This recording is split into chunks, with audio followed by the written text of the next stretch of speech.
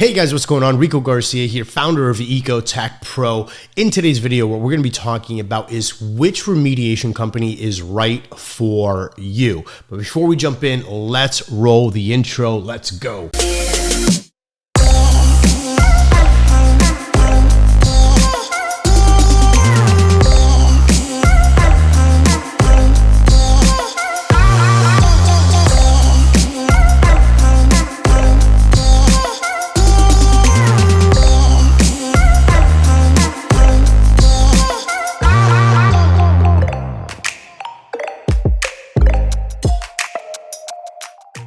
All right, guys, what's going on? Welcome back to the channel. If this is the first time here, make sure that you like and subscribe to the channel. Hit that notification bell so as we release new content, you are the very first person to know. So in today's video, we're going to be talking about what I call the Goldilocks theory. Now, Goldilocks, as you know, this one was too cold, this one was too hot, this one was just right? So the same thing happens as you're trying to hire a remediation company. You, the homeowner, need to find the right fit company for you, because the reality is not all remediation companies are created equal.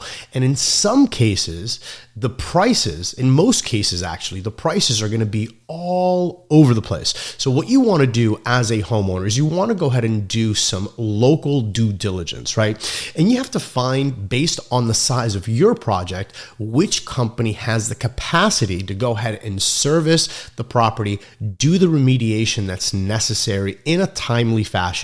But at the same time, you don't want to be foolish with your money either. In other words, you don't want to pay $20,000 for a project that you could potentially get done for 15, or in some cases 10. So why do we have such huge differences in price? Why is it that one company will charge $5,000 for a project, and on the exact same project with the exact same scope of work, another company over here can charge $15,000? Well, one of the main reasons for this is it really depends on the kind of company that you're contacting. Now, full disclosure, nothing against franchises by any sense of the imagination, but franchises do tend to have higher prices. Well, why do they have these higher prices? Number one, the franchises are typically taking 10, 15, 20%, whatever that number is, right off the top. So in other words, the franchise owner is having to go ahead and pay someone else a percentage of each and every single job, right? So now this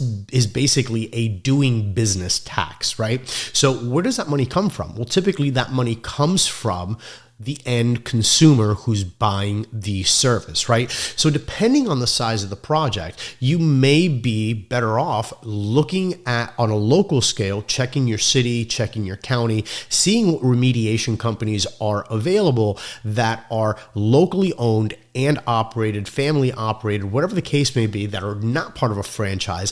And in most cases, what you're going to see is a massive difference in price. Now, does that always mean that they're going to be the absolute cheapest? The simple answer is absolutely not, because at the end of the day, the pricing on remediation, no matter which way you slice it or dice it, for within the trades, is typically pretty expensive.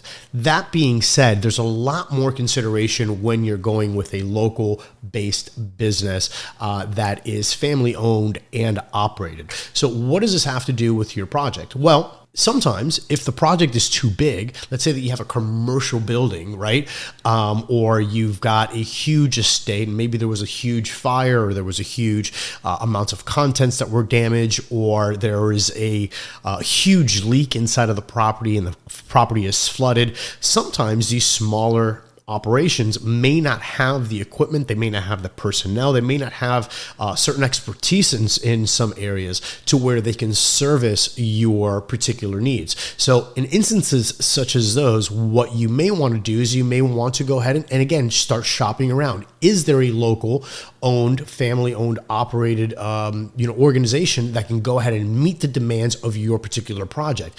And in some cases, if they're not available, or if in your city, in your county, you don't have any companies that fit that mold, well, then you may have to end up with a franchise style organization. And just know that ultimately, for the convenience and for their sheer size and for their ability to just be able to go ahead and meet the demands of your project, well, you may end up paying a heftier price. The good news is, though, in most cases, water damage, mold remediation, and things of that nature could potentially be covered under your insurance policy. So always make sure that you review your insurance policy before you go ahead and take any action and start stroking any checks to any organization, and find out if this is an insurance billable event. So anyways, guys, today that is the video. Wanted to talk to you guys about price difference in mold remediation, why there are such big differences, and what I call the Goldilocks theory, which is all about finding the perfect fit for you. And until next time, I'll see you guys soon.